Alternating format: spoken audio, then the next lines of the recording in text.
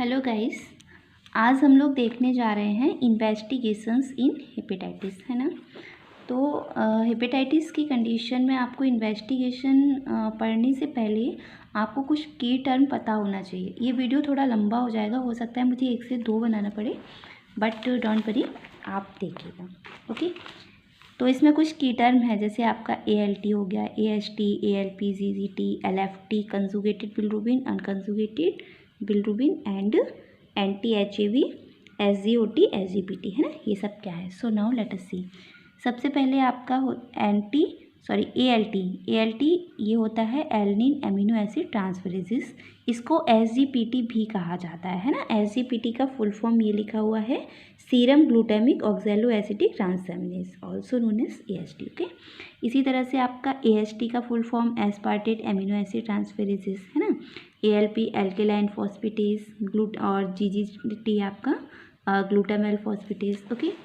LFT आपका liver function test होता है, जिसमें आपका सीरम बिलिरुबिन एंड एल्बुमिन आता है। इसके बाद आपका कंजुगेटेड बिलिरुबिन, अनकंजुगेटेड बिलिरुबिन, ये। सो हम देखते हैं कि करके ये होता क्या है।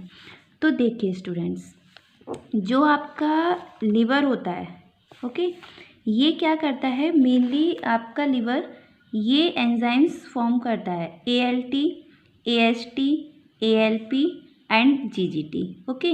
ये चारों एंजाइम आपका लिवर फॉर्म करता है ना।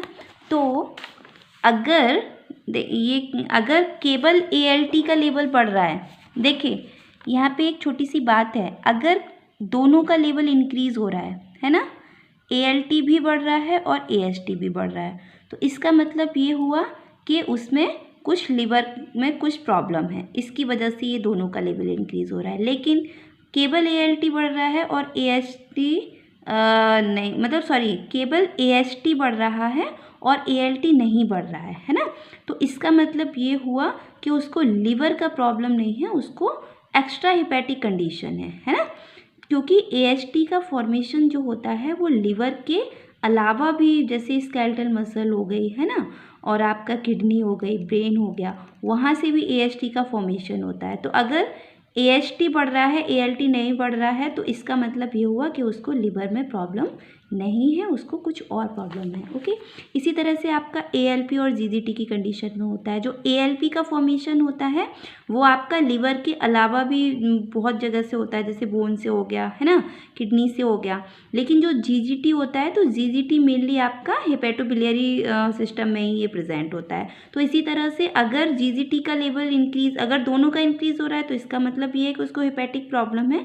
लेकिन अगर केवल GGT का लेवल उसका नॉर्मल है, केवल ALP का बढ़ रहा है, तो इसका मतलब ये हो गया कि उसको एक्स्ट्रा हेपेटिक कंडीशन है।